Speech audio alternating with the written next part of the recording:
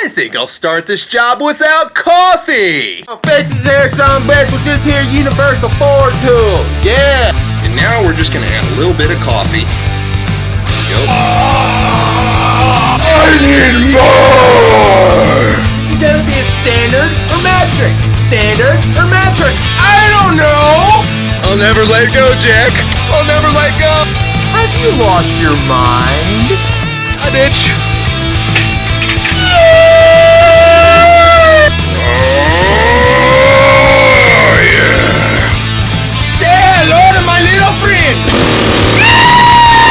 What you're looking at is state-of-the-art cutting technology. Look at that greatness. Yeah! eBay! If you need a lift, there's one right behind me. Oh, yeah! Hey, you ready to get shackled up? I am.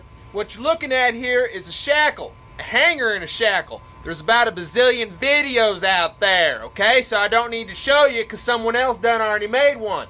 But what I am actually wanting to show you is how to not over tighten these. I think this one isn't really hit on home. When you are tightening this, make sure it's floppy like that, okay? You'll notice if you look down in there like that, it's all the way snug up against the hanger with the barrel that's on the inside of this grommet, okay? Look at that. See how floppy? Now, if you go tighten this down and it can't do that, you got it too damn tight. It ain't gonna work, motherfucker.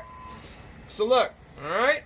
Spring goes there, and every time you hit a bump, the geometry of this, that one's stationary up there, where the spring mounts up there. This is pretty much how all vehicles work, and it shoves that spring. Take that.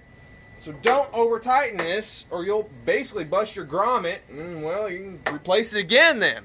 What do you think about that? Do you think about that? Same thing goes for these guys, alright? When you go putting that in, don't over tighten it. It's meant to pivot, not stay stationary. You should like and subscribe for that tip. I make damn good videos, wasting my time to show you how you need to make your Ford, or whatever you're working on, right. If not, I'll just chop my Ford up and go buy something different. Bye.